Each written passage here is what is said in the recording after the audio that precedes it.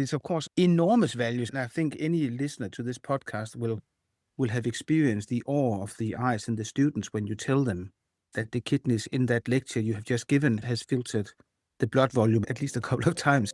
Welcome to Convergence, an historical assessment of kidney diseases, nephrology, and health policy in the United States. I'm your host, Todd Ibrahim, Chief Executive Officer and Executive Vice President of ASN. So earlier this year, the Journal of the American Society of Nephrology published an editorial, and the editorial was entitled The Introduction of Creatinine Clearance to Estimate Kidney Function, a Centennial Anniversary. And I'm joined by the authors of that editorial, and I'd like each of them to introduce themselves. Henrik Dimke, starting with you. Okay, thank you very much for this invitation to tell part of this history. And my name is Henrik Dimke. I'm a professor at the University of Southern Denmark. I'm a professor in translational kidney physiology. So actually, I'm a molecular biologist, but I worked in physiology for quite a long time now. And I'm particularly interested in the epithelial mineral transport and with focus on kidneys. So we look a lot on how calcium and magnesium is transported both via paracellular and transcellular routes in the kidney, and use primarily transgenic animal models and physiological evaluations to look at this. And also I teach a substantial amount of medical students with respect to kidney physiology. Thank you. And one of your two co-authors, Henrik Knudsen, could you please introduce yourself? Yeah, thank you. I'm probably the odd man out here because I am a historian of science. I'm currently working with the Danish National Archive as an archivist, but I'm also the author of a full scientific biography of Poul Brandt Rehberg some 15 years ago. It came out in 2010. Thank you. And our final panelist for today's discussion, Tobias Wang, if you could just introduce yourself very quickly. Yeah, my name is Tobias Wang, and I'm a comparative physiologist, so I study animals. I'm a biologist by training, but teach human physiology and have an interest in the history of physiological sciences, and then I'm the editor of Acta Physiologica. So we thought we would tell this story chronologically, and so maybe we start at the beginning. So who would like to go first in terms of why you were interested in telling this story and publishing the editorial in JASN? Well, I could maybe just say a few words first on what actually started this, or why we were driven to put this story forward. I mean, if you look at it over the course of nephrology and kidney physiology, this is actually a relatively very important finding, which has very big implications for how the kidney, or the understanding of how the kidney functions. Every nephrologist and physiologist knows the glomerular filtration rate, they know the creatinine, and they know these concepts, but they don't really know probably that much of this early work stems from Poul Brandt Rehberg. And I think this surprised me a lot also, that even in Denmark, a lot of people don't know about these contributions. So I think that this is rather interesting. And then this centennial was approaching, and I think many of us was really interested in to put this out on the map and try to explain what happened, because it's a super interesting story. So that was mainly, at least for me, one of the driving forces for this.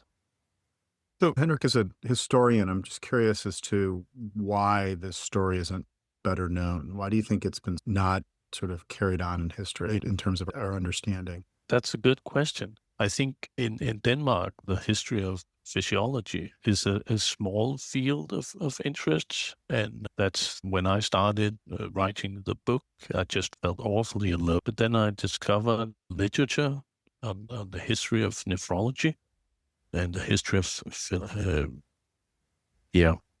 I think my main interest in Poul Brandt Rehberg was as a politician of science. He was very instrumental in creating the research councils in Denmark, and he had a dramatic history during the Second World War when he went into the resistance movement. So he came out of the war as a central person in Danish history for some years, and he ended up being the chairman of the biggest Danish science foundation at the time, the Carlsberg Foundation, and the chairman of the Danish Atomic Energy Commission. So it was mainly those things I was interested in. And then I also looked into his science. And afterwards, people came to me and said, people working as doctors and doing science, physiological science, and people said, hey, that's very interesting. We didn't know anything about our field. And so I got the opportunity to collaborate with a lot of interesting people afterwards. So, Tobias, maybe this is the moment to introduce August Crowe. Did I pronounce his last name correctly or close to correctly?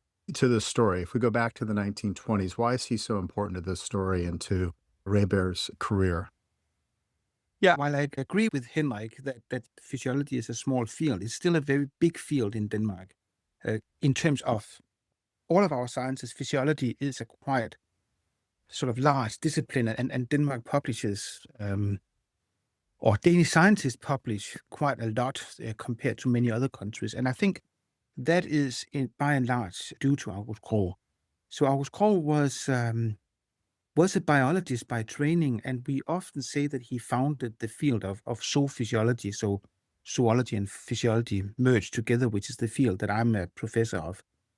But he comes out of a very strong tradition of physiology with his mentor, Christian Bohr, who was nominated for the Nobel Prize several times for his oxygen secretion theory, which turned out to be wrong. And it was August Crowe who demonstrated unequivocally that the theory was wrong.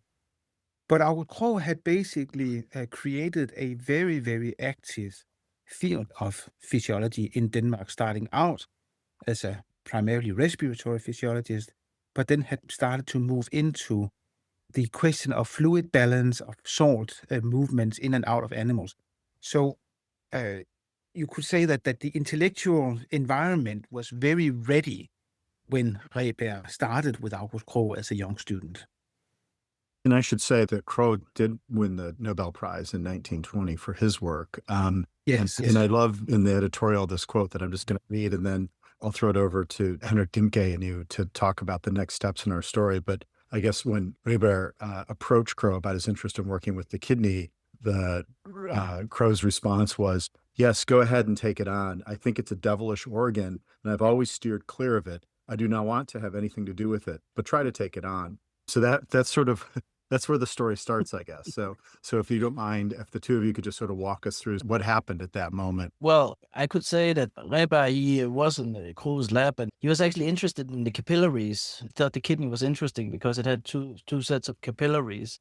And he thought that was a good basis for trying to understand the kidney, even though Crowe tried to stay clear of it. So that is actually, I think, how it started. And he really wanted to understand how filtration happened. But I think maybe also to take it just back one notch is that when he started, that had been a very long controversy, maybe stretching, I guess, 80 years or something, about how did the kidney really function. And I think you could see it in three steps. I mean, there were the ones that thought initially that it was just a secretory gland, basically. And then there came proposals from different people, basically on that either the kidney could function by secreting solutes and other things, and filtration probably was not so relevant, or the other way around, that there was a high filtration and then the tubular cells could modulate the transport.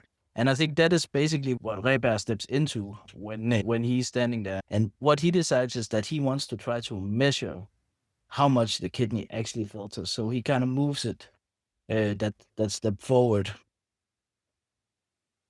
I think for me at least, the part of the important background there is that people had been looking at different animals, and the ideas of going from anatomy to function started all the way back from Bowman's descriptions of Bowman's capsule, where he looked at all sorts of different animals, and where Carl Ludwig then continues with the idea and says that it must be filtration.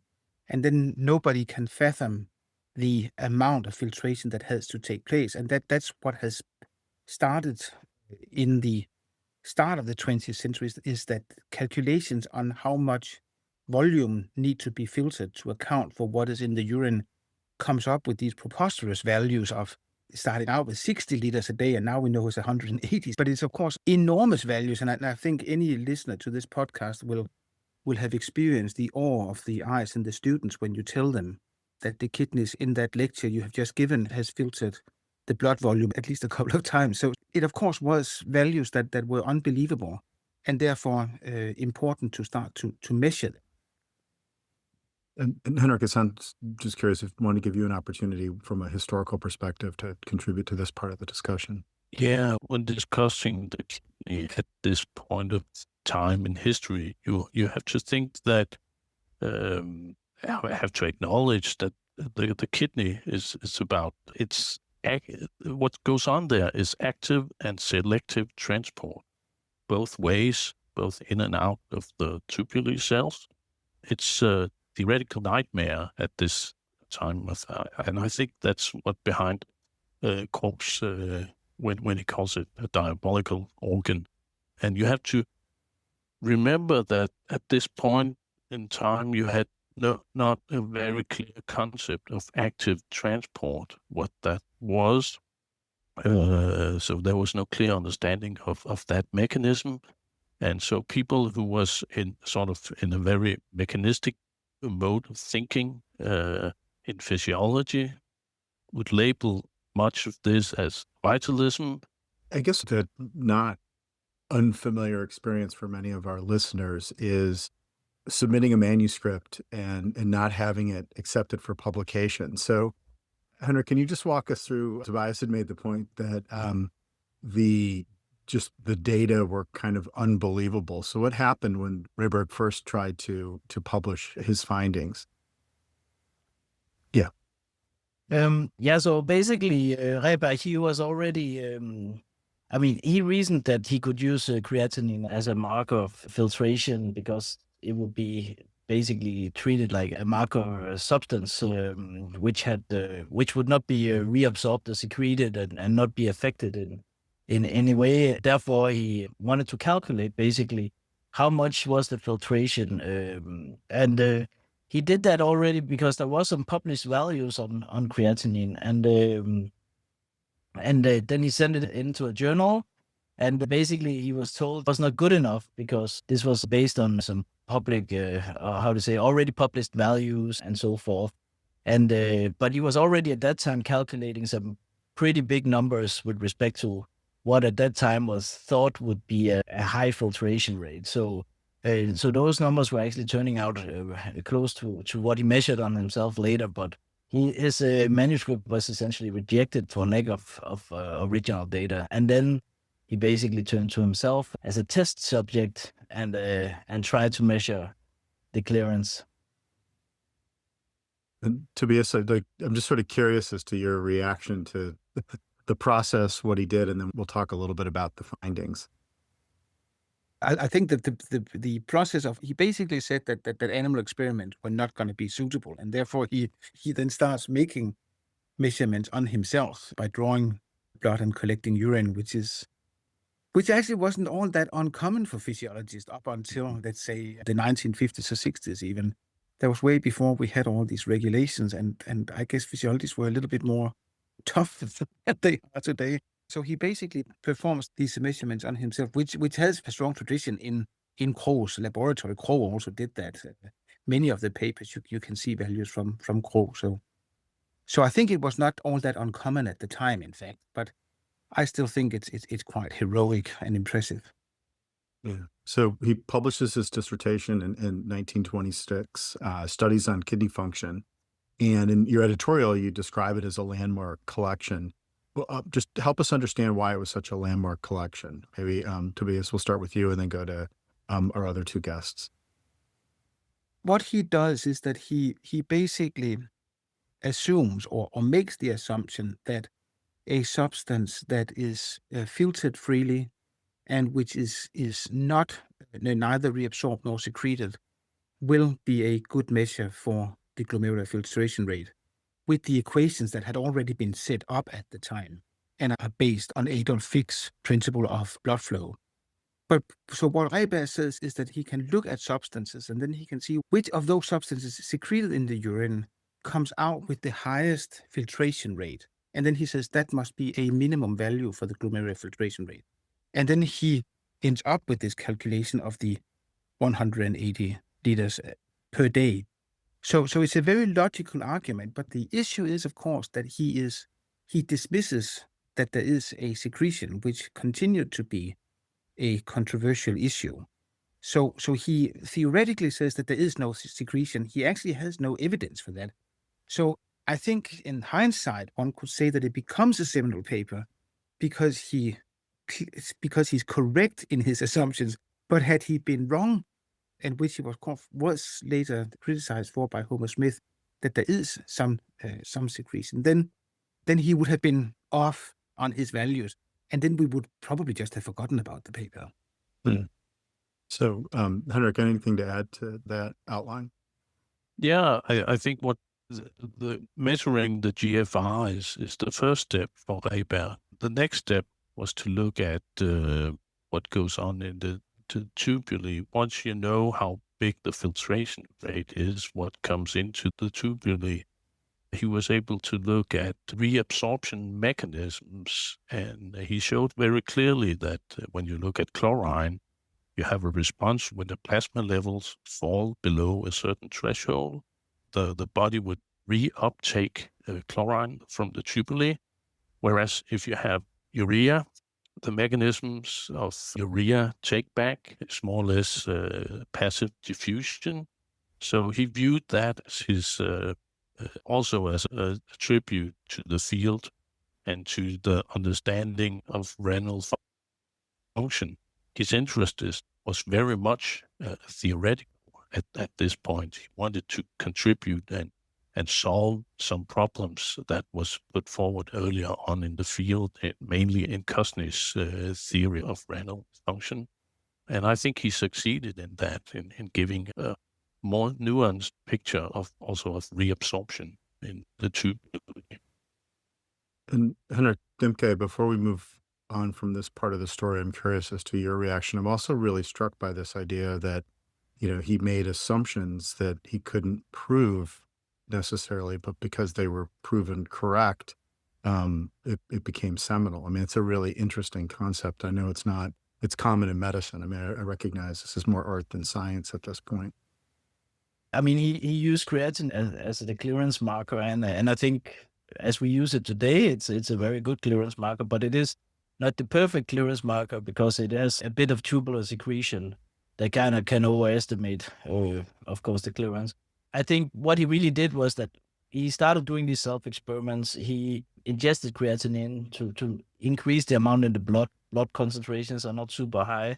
So he was able to measure it, and he could also measure it in the urine. He applied these clearance equations to really measure it, and he came to these very high values of, as Tobias mentioned, 180 liters or 125 milliliters, in that range, something between 80 and 200. It was very precise in that sense, and I think Haydn, who had worked on a little bit, been pro this secretory theory earlier, he also had made some calculations based on urea, and he came up with a value of around, was it 70 milliliters per minute? So, and there he actually rejected the theory and said, this is too much. This cannot be that there's so high filtration. So he really became even stronger speaker for this theory. But I think what Rehberg is really showing here is that the kidney is functioning in this certain way by filtering a high load and then selectively reabsorbing certain things. And he shows this very well here, which no one has done ever before. So for me, I see it also as quite a big leap somehow. I mean, it's an unsettled debate that has been going on for some 80 years, but then now at least it moves towards some better closure. And I should also say that this is coming just immediately before this is happening. Of course, you also have the publication on micropuncture that shows that there's a plasma-free filtrate formed in these frogs when you puncture it by. So that it all fits very well together in this period. But again, remember, it's a very long time ago that this happened. So this was Newton Richards' findings on. Yeah, it's interesting too, because if I just take a step back and think from a very sort of U.S.-centric historical context, 2026 is the 250th anniversary of the United States, and we're talking 100 years, so 150 years in 1926. you're saying this debate went on 80 years before that. So it's almost the entire history of this country. I just think it's important for people to take a step back and just think about the time frame we're in. And I just find that really remarkable. Henrik, it sounded like you wanted to add something to what your colleague just said. Yeah, because Henrik mentioned Newton Richards' micropuncture technique. Much of what goes on here is also about research techniques and adding precision. For instance, in micro titration, Rehberg's thesis was 5 separate articles, and the 3 of them was about titration and measuring, how to measure these blood constituents. So, for instance, also creatinine. At this point, there was a discussion of were there creatinine in human blood at all, or did the kidney synthesize this? You could see it was also in the muscles, but it was hard to measure in the blood. So a lot of this is at the forefront also of measuring and being precise in measurements.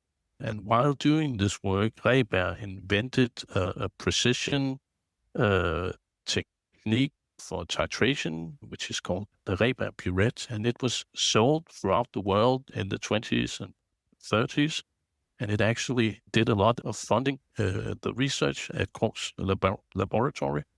So that's also a part of this story. So Tobias, maybe we're at a good point just to make sure we've covered everything in this story. So what have we not addressed that you think is important for our audience to know? Well, I think it's important to realize then that what Rehberg has now done is that he has provided a method and an approach to measure the glomerular filtration rate in a reliable manner, and has developed the techniques, you could say, so that those measurements can be made both in experimental settings but also in the clinic. So it now can become a useful measure. And then it is now up to, you could say, the renal environment, the kidney environment, to make use of this and to accept the idea that such large amounts are in fact filtered, and that filtration is, you could say, a major component in at least starting the pre-urine.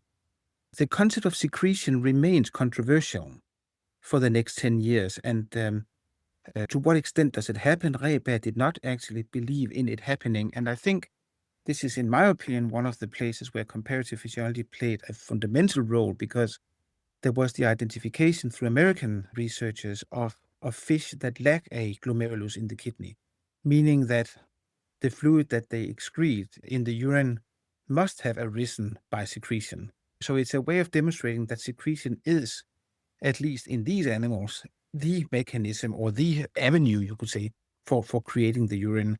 So I think over the next 10, 15 years after Rehberg's publication, it becomes solidified that all of the 3 processes that we now teach in our first kidney lecture at universities, namely filtration, secretion, and reabsorption, that they all contribute. And going back to then this sort of choice of animals, I do think it is interesting that there implicitly was the assumption that what you find in a fish, what you find in a frog, what you find in a human, they are the same processes.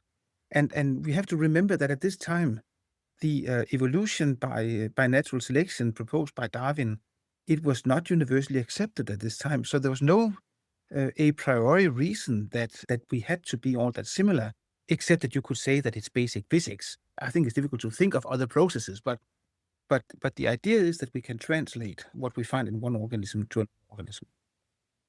And that then solidifies before the war. Right. So before we go to the war, Henrik Dimke, I just want to give you an opportunity to add to Tobias's comments. No, but I think one interesting portion also after this publication in 1926 is that after that he actually starts working with patients that have nephritis or impaired kidney function, you can say.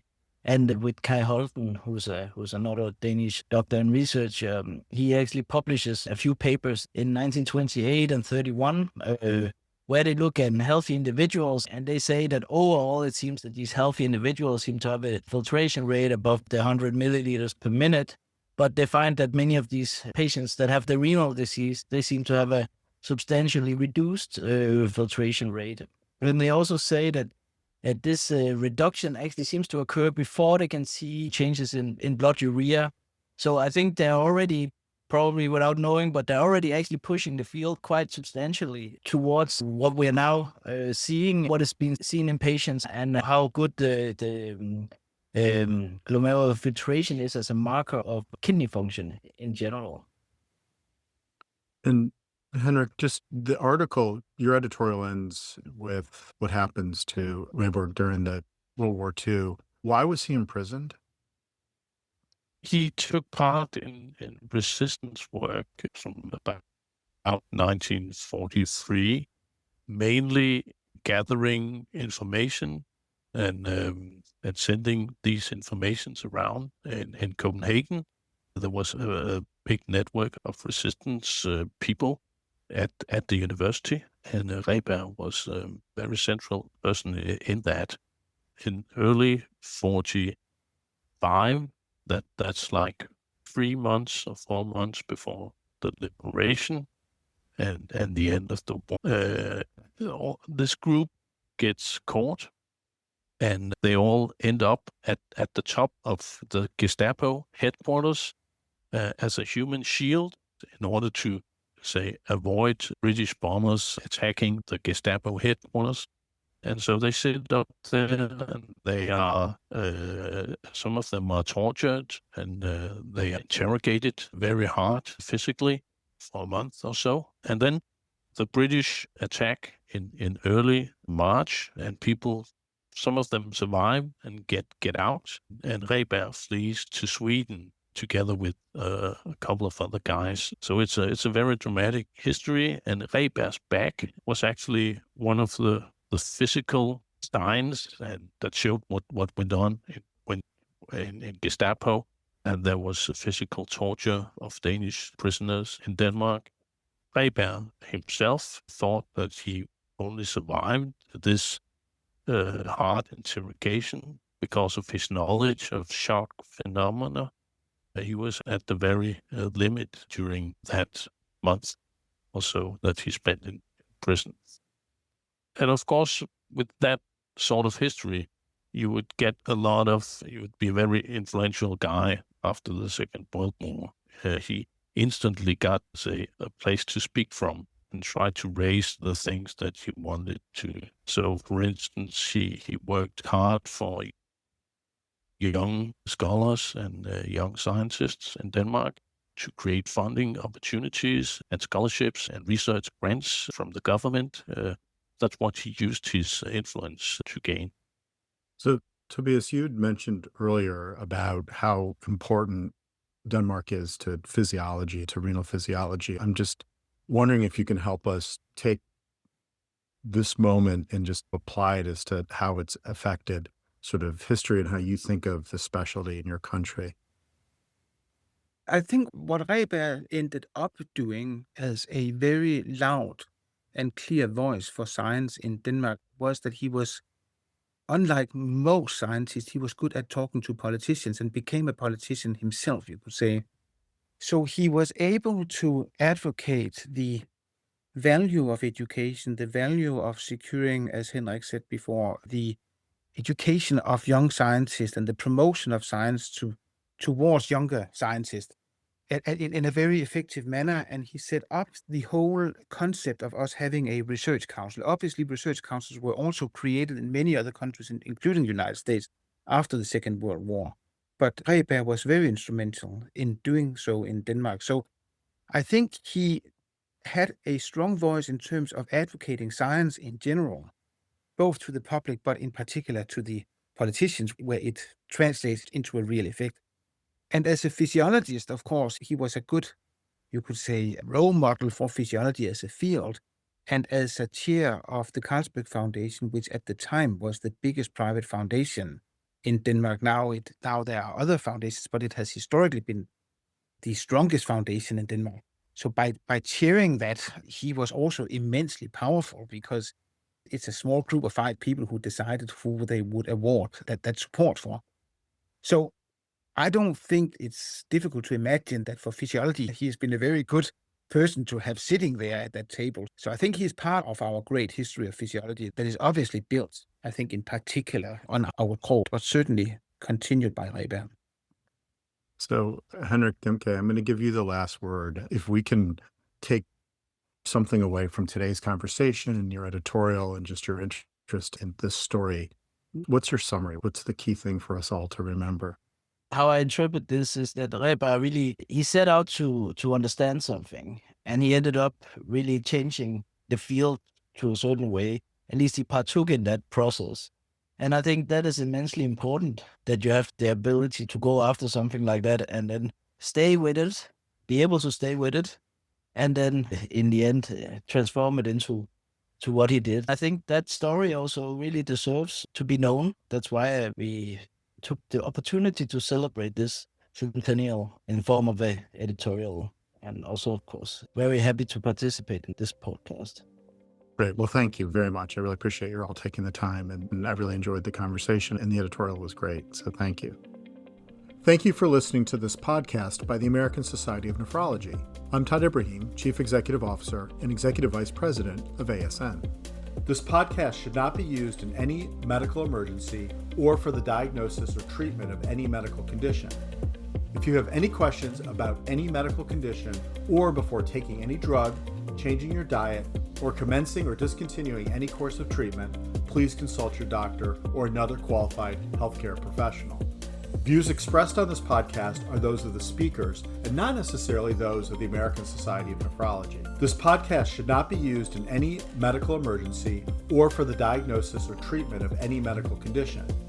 If you have any questions about any medical condition or before taking any drug, changing your diet, or commencing or discontinuing any course of treatment, please consult your doctor or another qualified healthcare professional.